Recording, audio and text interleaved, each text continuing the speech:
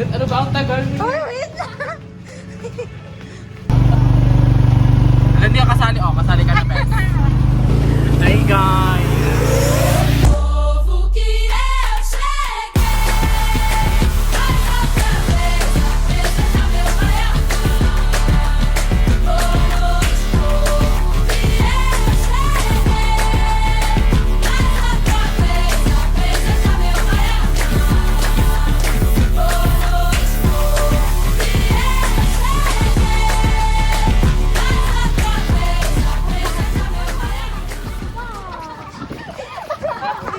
Hi guys! Ang ganda! Grabe!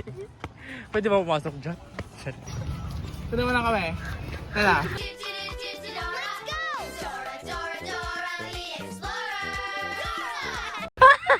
Kung patayin ko, hindi ko patayin ko o bakit? Oo. Ang ganda, like, oh my gosh. Ganda. Ang ganda.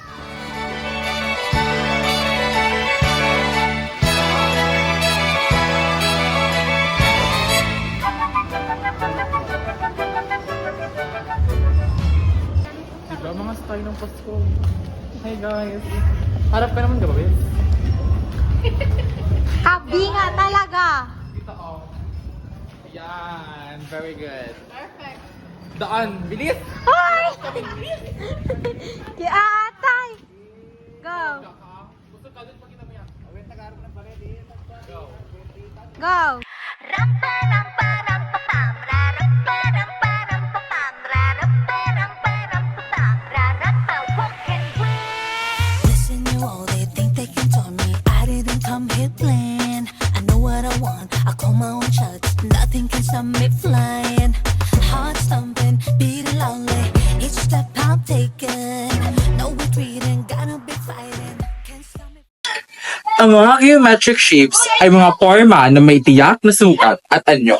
At sila ay bumubuo sa pantayan ng maraming bagay sa ating paligid. Katulad na lamang ng railings na ito. Mula sa simpleng bilog at parihaba hanggang sa mas komplikadong trapezoid at hexagon, ang bawat shape ay may kanya-kanyang katangian at gamit.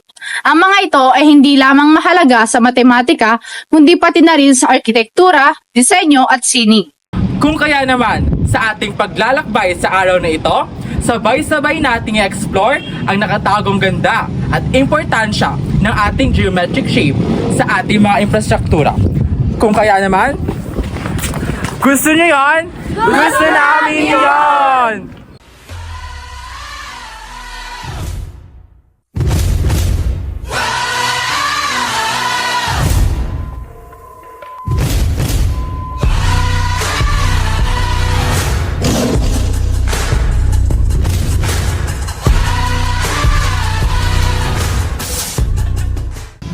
Santa Maria is a vibrant fourth-class municipality located in the province of Isabela, Philippines. Established in the early 80th century, it was named after Doña Maria, the firstborn of a prominent local family.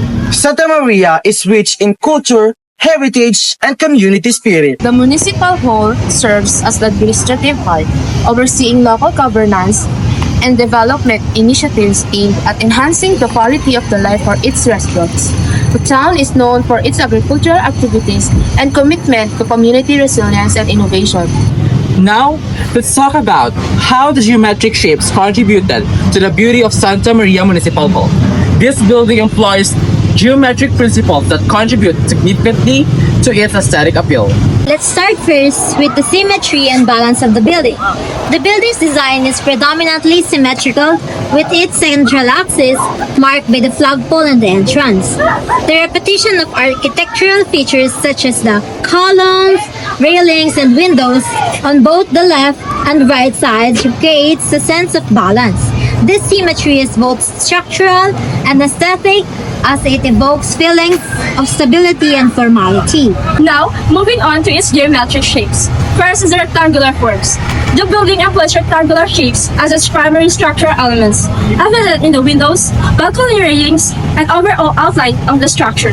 Rectangles are associated with order and uniformity, which give the building a formal and organized appearance. The framing of the windows and the doors, within larger rectangular borders, adds layers of depth and rhythm. Second is the triangular form. The pediment at top of the building is triangular, inspired by classical architectural motifs. This feature drew the eye upward, adding vertical emphasis and creating a sense of grandeur. The triangular is dynamic shape and its use here serve as a focal point for the building's facade. And the last one is the curvilinear elements. The use of paths and rounded plan containers introduces a subtle contrast to the rectilinear design. These curves soften the rigidity of the overall geometric structure, creating a harmonious blend of shape. Now, let's tackle the repetition and rhythm. The repetition of structural elements, such as windows, railings, and the columns, creates a rhythmic pattern that enhances the visual appeal. This repetition also emphasizes the building's proportionality, making it pleasing to the eyes. Moving on to its proportions. The proportions of the building contribute to its elegance. Each level is uniformly spaced and the size of the openings is proportional to the overall size of the facade. The width of the central entrance and the flanking columns is proportional to the heights of the structure, ensuring a cohesive look. Now, let's tackle its framing and hierarchy. The entrance is emphasized through the use of large, prominent columns and a raised platform, framed by the rectangular gate structure. This creates a clear focal points for the viewers to establish a sense of hierarchy in the design. Lastly, let's tackle its aesthetic impact. The combination of sharp, clean lines with occasional curves results in a design that is both formal and inviting. The symmetrical arrangement of features evokes order, where the triangle pediment and columns add a sense of classical elegance. The interplay of geometric forms such as rectangle, triangle, and subtle curves creates a dynamic yet harmonious composition. The use of geometry in this building is a key factor in its aesthetic appeal. The symmetry, proportionality, and interplay of shapes evoke feelings of balance and sophistication, while the incorporation of softer, rounded elements adds visual interest and approachability.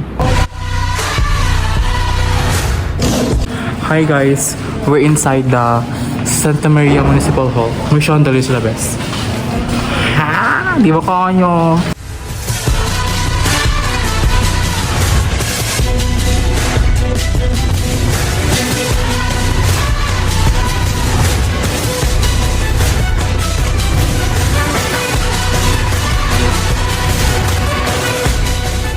Hi guys! So ito yung view sa taas, rooftop ng Santa Maria Municipal Hall. Shanan! Isn't it amazing?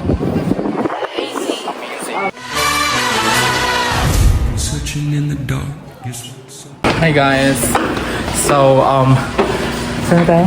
Paalis na kami ng Municipal Hall and pagod kami. So yeah, kasi madaming hagdan.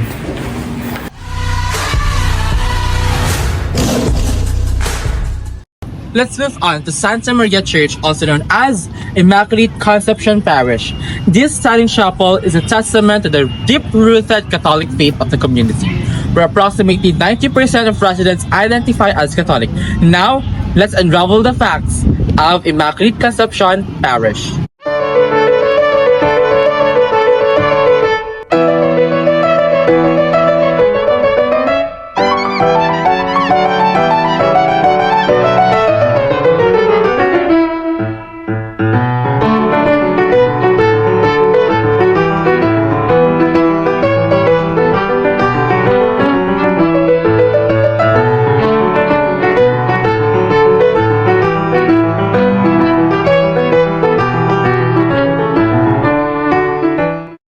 Let's talk first its rectilinear and curvilinear harmony. The rectilinear forms dominate the overall structure, with vertical and horizontal lines defining the walls, entrance, and bell tower.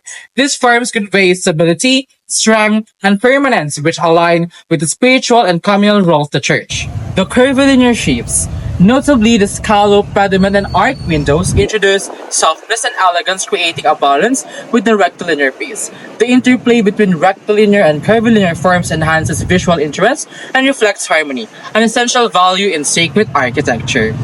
Now, moving to its symmetry and balance. The church facade adheres to bilateral symmetry, with the entrance centrally positioned and statues of saints symmetrically placed on either side. The symmetry emphasizes order, calmness, and divine balance, resonating with theological ideas of perfection. However, the asymmetrical placement of the bell tower introduces dynamism, preventing monotony and creating subtle tension that keeps the structure engaging. Now, let's unravel its vertical emphasis. The bell tower, with its stacked rectangular and arc forms, introduces a vertical thrust.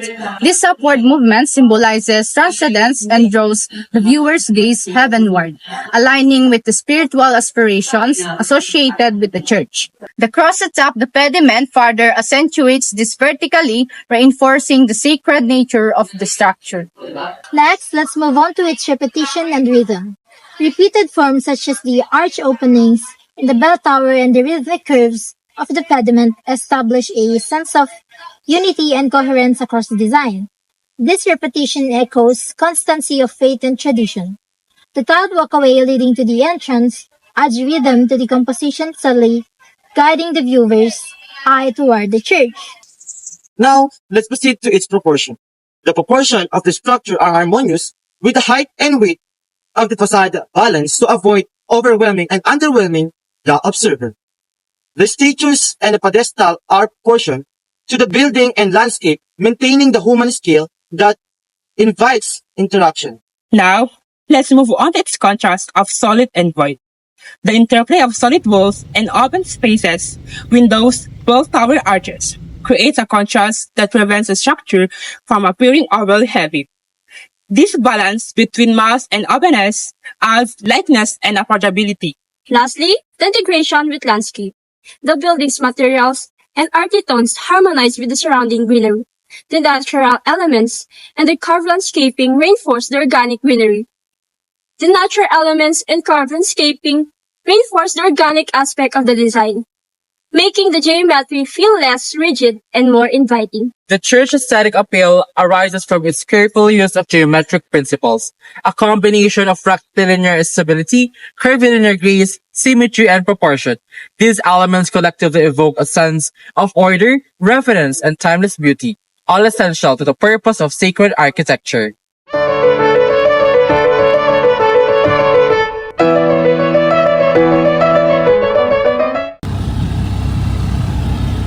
So we are going na sa doon. Doon sa far away. Sa saan ba dapat? Sa ang tawag dun? Yung giant pot. Yung giant pot. At exploring.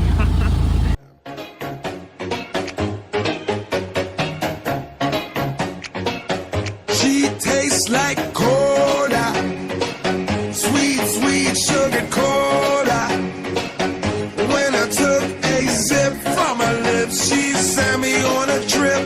She keeps me up at night and it's all because she kicks out your diet, baby. You don't have to slim down.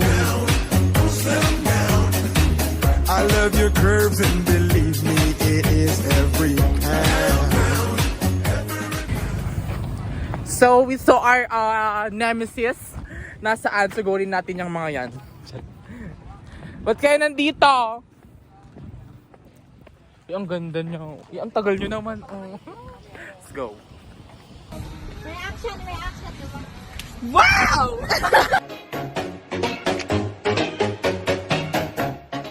Simply, small Panga is not enough for the rich cultural heritage of Santa Maria.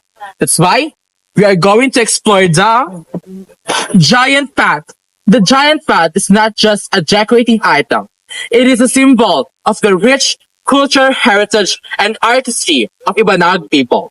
Where was the Banga created? The giant pot was created as a part of Madrian pottery tradition, which dates back centuries. It serves practical purposes, such as storing water and food, while also showcasing craftsmanship of local potters. When was it created? The tradition of the pottery in Santa Maria has been preserved since the arrival of the Kalingas, with techniques handed down through generations. The banga itself has been contemporary representation of this age-old craft, reflecting both history and innovation. The banga holds a significant cultural relevance as it embodies the identity and the resilience among the Santa Maria community.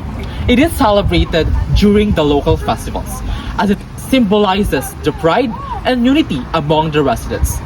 The giant pot not only serves as an art piece, but it also serves as a canvas for storytelling, representing the rich narrative of the Balag people.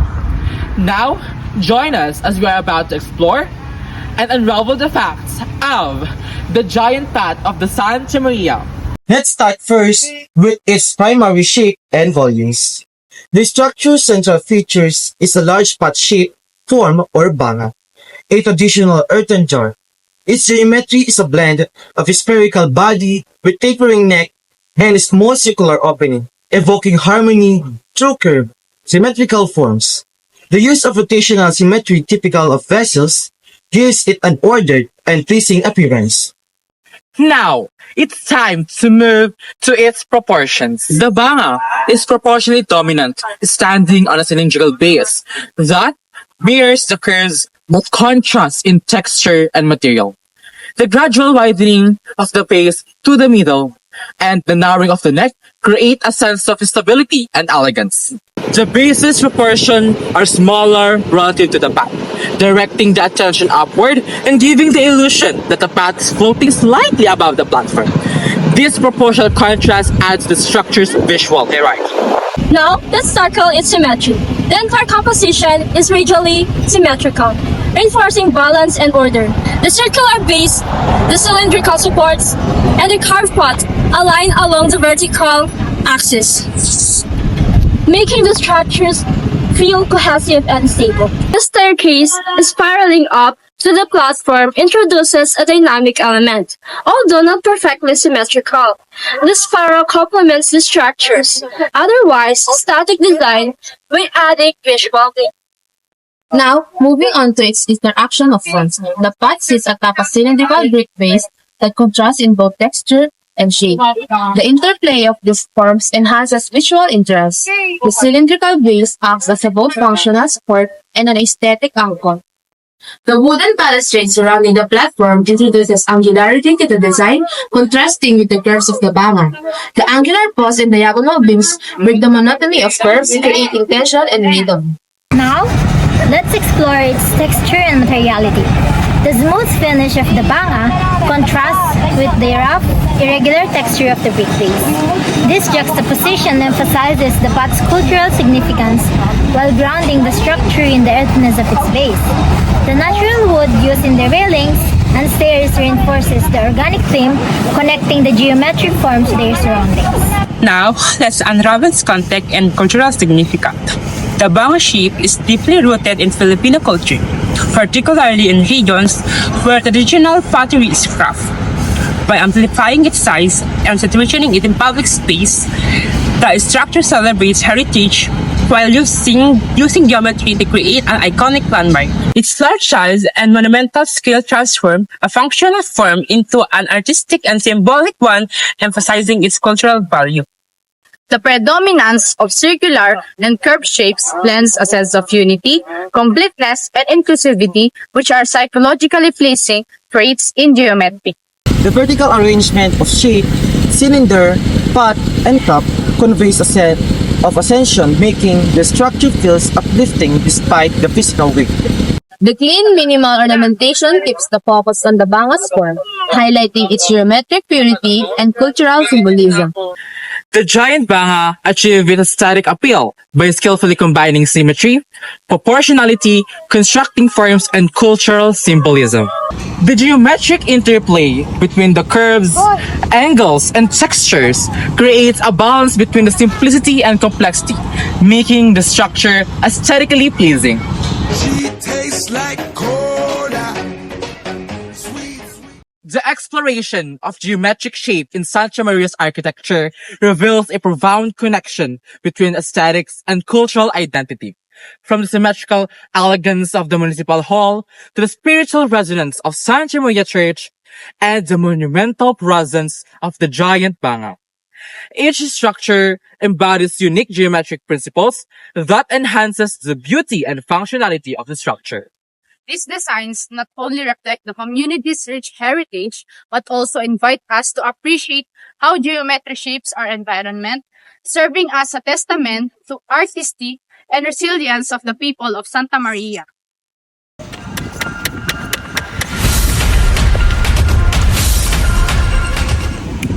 Now it's your turn to have fun and explore Santa Maria.